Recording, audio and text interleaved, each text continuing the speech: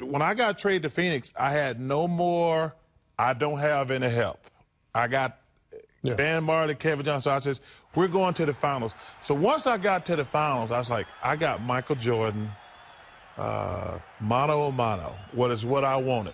I'm telling myself, well, I'm the best player.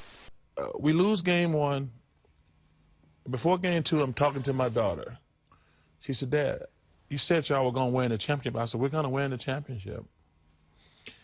And I get back home that night and she's crying. She says, Dad, I don't know if y'all going to win.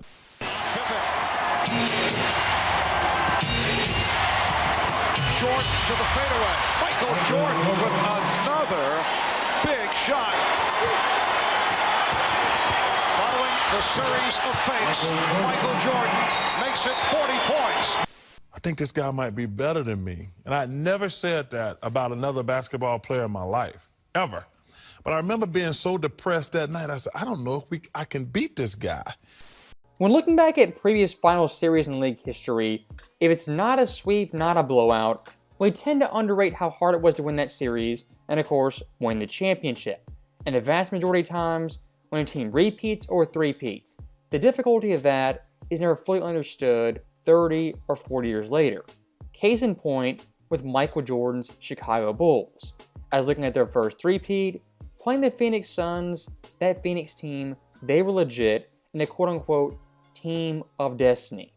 The Bulls 93, they were run down, tired, they were on fumes.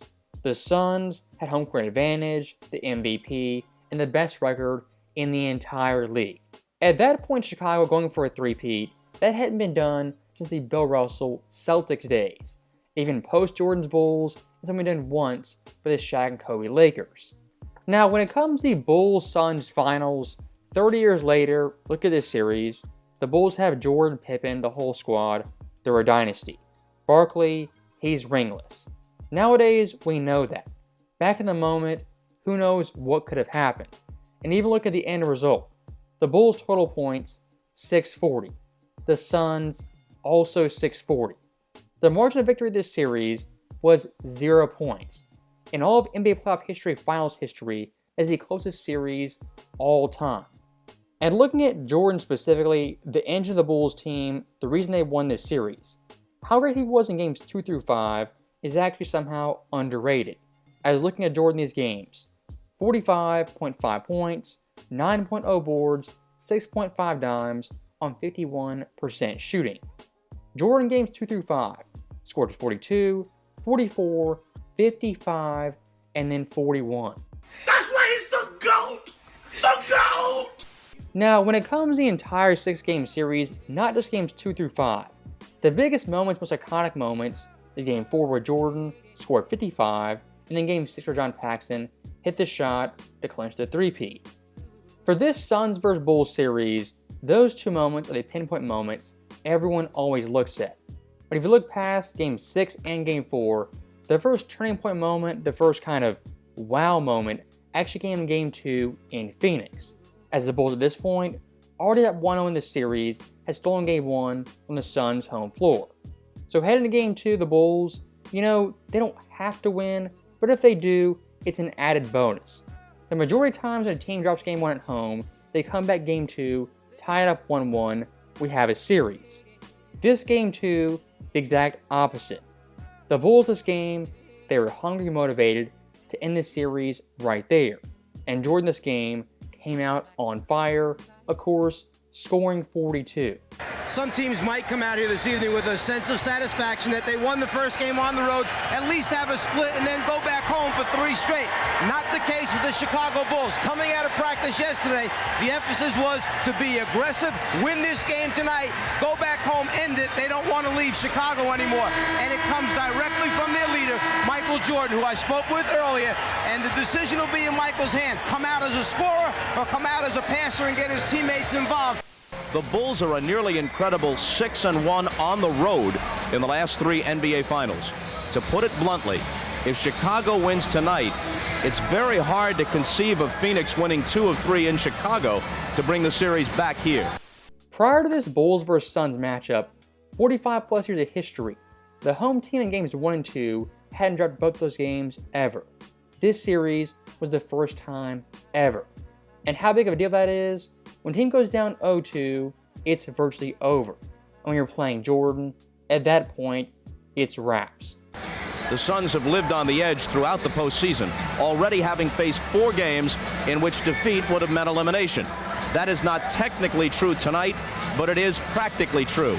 One other note, we mentioned that no team has lost the first 2 games of the finals at home and come back to win the title. The fact is, no team has ever lost the first 2 games of the finals at home, period, regardless of the outcome. Now, that right there for Game 2 is the added context, added details for the storyline of this game. But look at the actual film, it's somehow even better. As looking at both Jordan and Barkley this game, they both showed up in a big time way. And for Jordan specifically, playing against this Suns team, while they were a great team, defensively, they weren't built to stop Michael Jordan. And looking at their lineup, really had no center, no rim protector. In a lot of ways, this Suns team was a small ball lineup very similar to teams in the 2020s. And someone like Bill Cartwright, the Suns playing small ball was unplayable this series. And on the Suns side, guarding Jordan, double team, zones, the typical stuff to stop Jordan. But over and over again, he shredded them in multiple ways. Dumped by Pippen, leading to the fast break. Jordan. He just did there. Jordan. For being honest, he held up his hands so the officials went along with the call. Game is tied at 31. Jordan for 3. Yes, 3 of the losses after the All-Star break. Jordan on the recovery. Timeout. Ahmad overheard Phil Jackson telling the Bulls they like the tempo, they feel they're in control. Jordan, the first half of Game 2, was absolutely on fire. 19 points at half, on pace for a smooth 40 points. But looking past Jordan, Charles Barkley was even better. Barkley at half, 25 points on 71% shooting. In all of NBA Finals history for first half scoring, only 2 players ever in league history have scored 25 plus points on above 70% shooting. That of course being Kyrie in 2017, as was LeBron James in the exact same series. So for someone like Charles in his second finals game ever, this performance in the first half was simply insane. As versus peak Jordan, he was going bar for bar, even outdoing him at certain points in the first half. Most impressive. Now, despite Barkley in the first half going berserk, the Bulls at halftime up by 6 points, a wire-to-wire lead the entire half. Now, to give the Suns tons of credit, they weren't discouraged, they weren't turned off by that first half, being down by 6 despite playing well. And the third quarter, over and over again chipping the lead, down to 5 points, 3 points, and eventually 1 point. The Suns the entire third quarter were building momentum, building energy, getting the crowd involved in the game. And the one thing you have to note, they can never take the lead in the third quarter because Michael Jordan every single time had momentum basket after momentum basket. Up by 1 point, he pushed it to 3. Up by 3 points, he pushed it to 5. Michael Jordan in the third quarter only had 9 points, but those buckets were timely buckets, momentum changing buckets. Now, fast forward in the fourth quarter, early in the fourth quarter, the 7-minute mark, the Bulls up by 1 point. At this point, Michael Jordan checks back into the game. It's winning time, Michael Jordan time. In the final 7 minutes, nothing short of brilliance. Michael Jordan, 12 points, 5 of 8 shooting, 0 turnovers. His Bulls teammates, only 3 points. Michael Jordan has returned. Jordan and Armstrong gets to it. You see gang rebounding by Chicago. Everybody tries to help out. The matchup is Pippen. Jordan to the fadeaway. Michael Jordan with another big shot.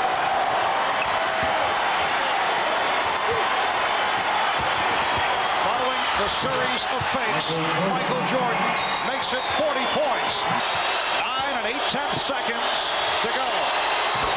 Will be on hand starting 7 p.m. Eastern Time. The Suns must. Michael Jordan right there in the fourth quarter, over and over and over again, big time dagger shots to keep Chicago out in front. And of course, in the final seconds, 2 clutch free throws to put the game on ice. Jordan in the fourth quarter carried Chicago to a Game 2 victory. As like I said earlier, his Bulls teammates combined only had 3 points. Jordan himself had 12. Scotty, 0 for 3, 1 turnover.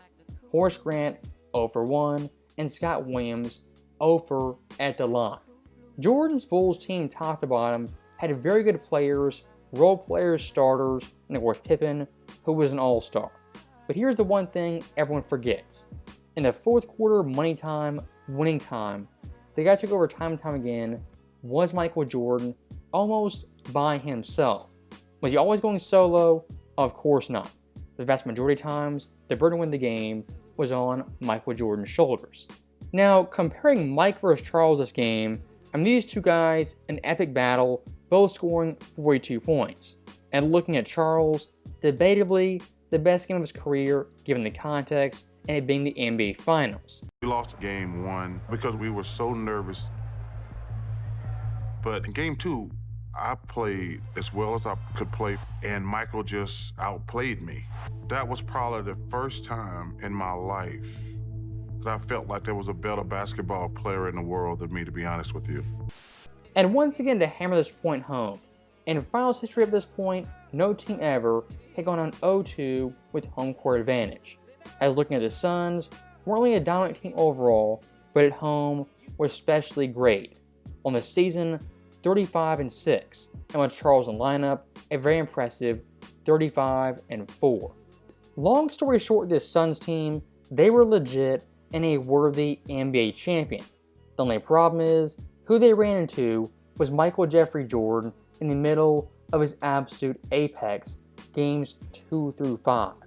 So that right there is the end of the video. As always, thank you guys for watching, hope you enjoyed it. I'll see you next time. You guys, just like defending champions, when the pressure was on you, you still were able to maintain your poise and still execute. Well, our experience once again paid off for us down the stretch. I mean, you're talking about a team who's been in this situation before, and they made a great push at us down the stretch, and we just went through our basic offense and executed down the stretch. Now, consciously, did you come in to take over the game just in the last part of the fourth quarter? When the score was tied 91 apiece, you come in, you guys shut the door on them. Well, I've been in this position before, and my team puts a lot of confidence in me. I got that extra rest in the fourth quarter so that I could come out and make an effort on the offensive end, and I think it was a good team effort from everybody, rebounding-wise and defensively. All right, congratulations to you. Good luck to you in the next game. Thanks.